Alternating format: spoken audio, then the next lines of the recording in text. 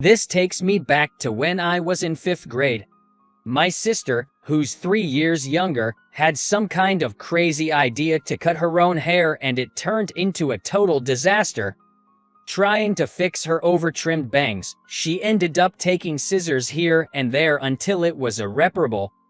The mess was so bad, even I, a boy, would have been embarrassed to be seen in public like that. My sister was so shocked by the horror she created that she shut herself off from the world.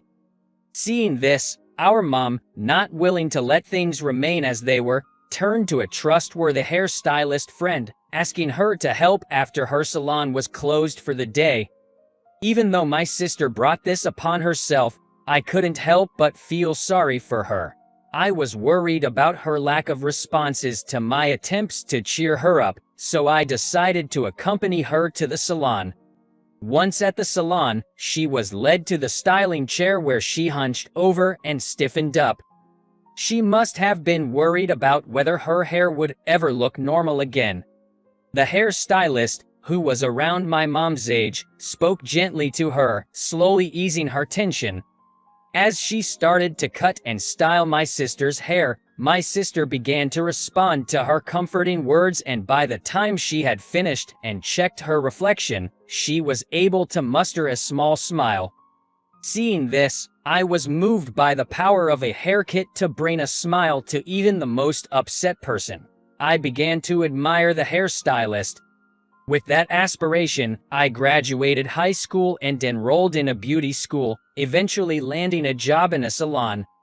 Despite my eagerness to cut and style my own clients' hair as soon as possible, I found myself stuck with chores every day.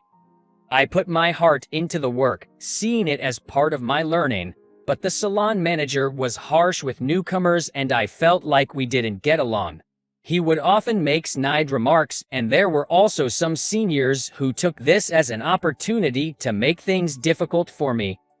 Each time there was a mistake, I would be blamed, and although I felt like I was losing confidence, I didn't quit. I was allowed to practice cutting hair after the salon closed, which made me stick with it. One day while working, I noticed a woman peeking into the salon from outside. The manager and other staff noticed her as well, but they didn't seem to recognize her as a potential customer. She had long, unkempt hair and her eyes were hidden by her bangs. I thought about asking the manager if I should talk to her, but he flatly told me not to do anything unnecessary. After a while, the woman disappeared from the storefront. After closing, I was practicing my cuts when I noticed the same woman standing in front of the shop. It was getting dark, which made her seem a bit eerie. As I opened the door to let her know we were closed for the day, she timidly asked if she could get a haircut. It was after hours, and I wasn't authorized to take clients. I wanted to turn her down, but she explained that she had been too shy to ask during the day with other customers around and couldn't give up and had returned. Considering her as a practice model, I decided to accept her request to cut her hair.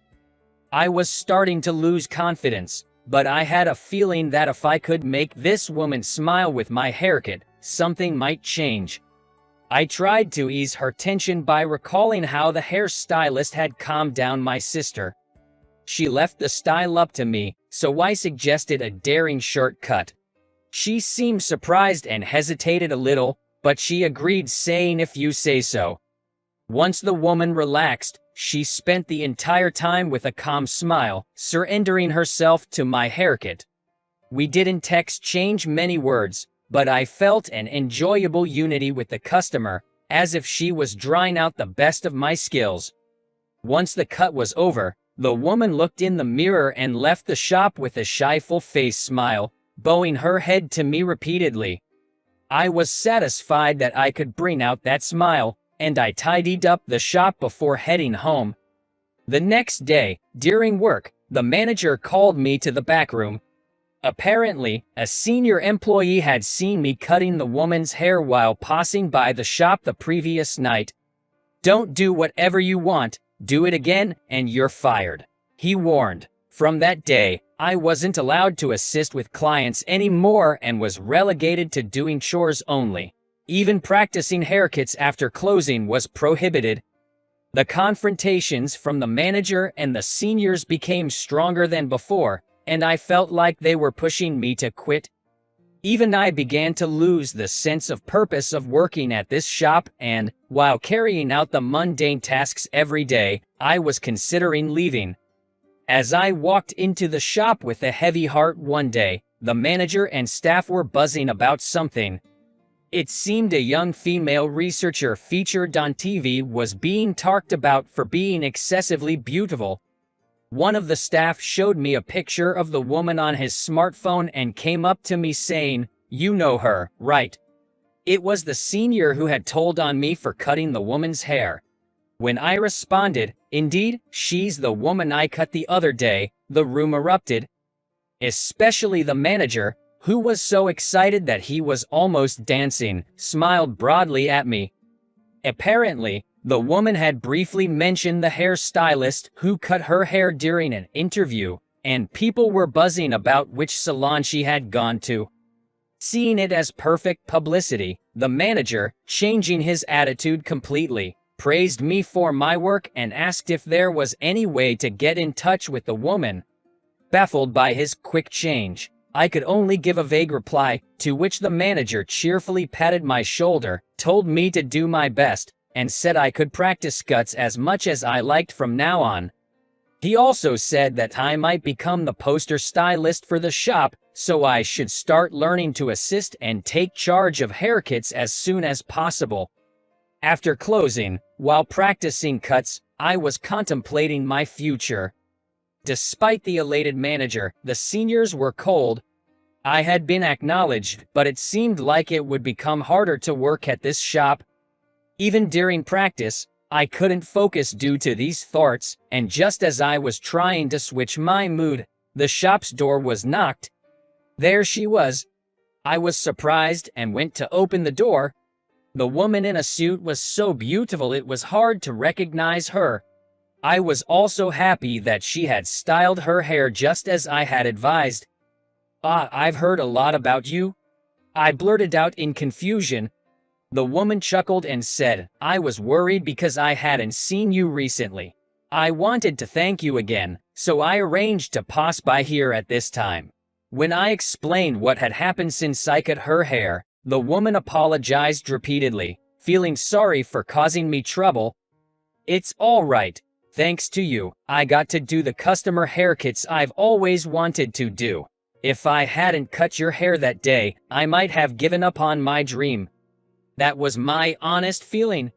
I was stuck doing chores and dealing with sarcastic remarks every day, and I didn't know if I could muster up the strength to try again at another salon if I ran away from this.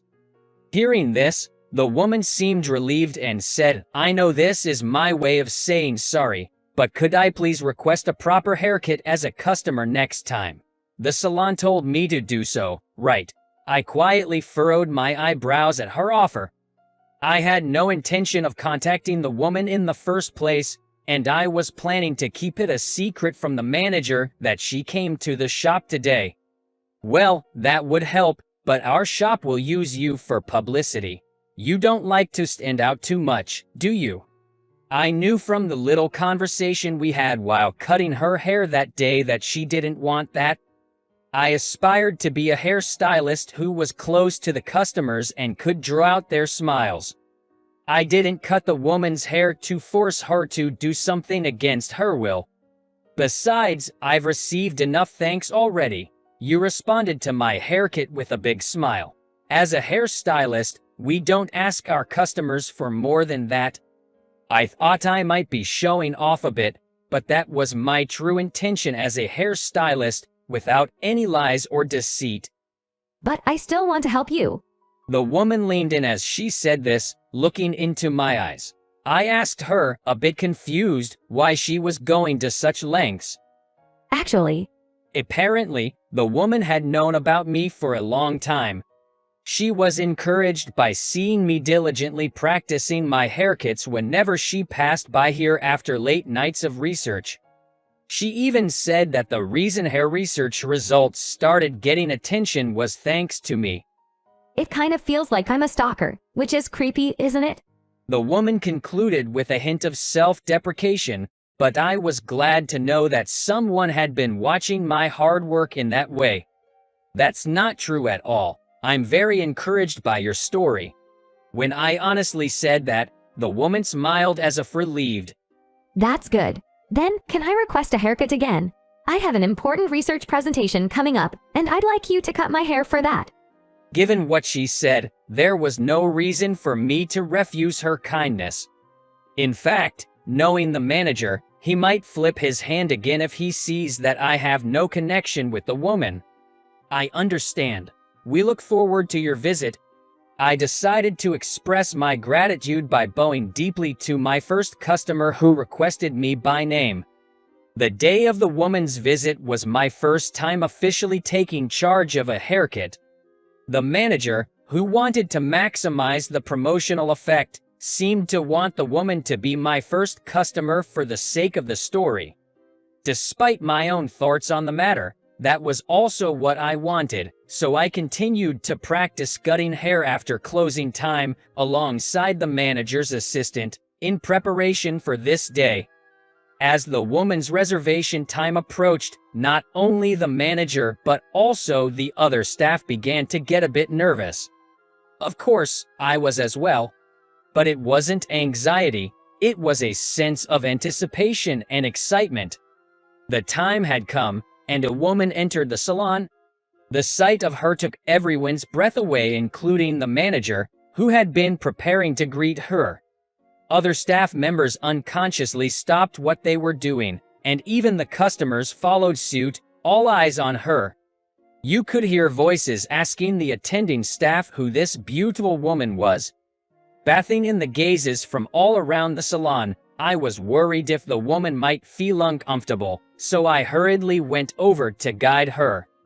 Nice to see you today. But it seemed my worry was unnecessary, as the woman straightened up confidently and greeted me. The woman who had hesitated to enter the salon was no longer there. Seeing her filled with such confidence made me feel proud, and with my chest out, I guided her to the styling chair, saying, "Please, this way." When asked about her preferences, just like the last time, she answered, "I leave it to you," and let me take care of her while we chatted and proceeded with the cut. That day, our conversation flowed, and near the end of the cut, she confessed that up until now, she would just cut her hair herself whenever it started to get in the way. I had a hunch this was the case, but hearing her say it made me chuckle a bit. After confirming her hairstyle, she replied with the broadest smile, "As always, it's wonderful. I look forward to continuing this." The woman who responded with such a beaming smile left the salon with grace. A few years later, I finally realized my dream of opening my own salon. It was hectic to the point of making my head spin, but I was spending fulfilling days with many customers coming to ask for my cuts. I was blessed with a great team, and every day was busy but fun.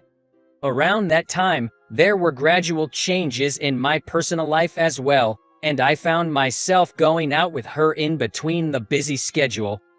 Perhaps because she is known as a beautiful researcher, there are people who turn around when we walk on the street. Whether she knows or not how I feel nervous walking beside her, she has recently started to suddenly hook her arm into mine. "Are you teasing me because I'm younger?" When I ask sulkily as a way to hide my embarrassment, she looks at me as if offended and says, "I'm older, so I'm in a hurry. Is this a bother to you?" This woman, with a serious face, says such things and stares at me as if observing, which leaves me at a loss. No, I'm happy. When I give up and answer truthfully, she beams at me, the smile I love so much, and says, "Then, I'm glad." She rejoices like a child. Although I'm always being led by her, I've made up my mind to be the one to propose.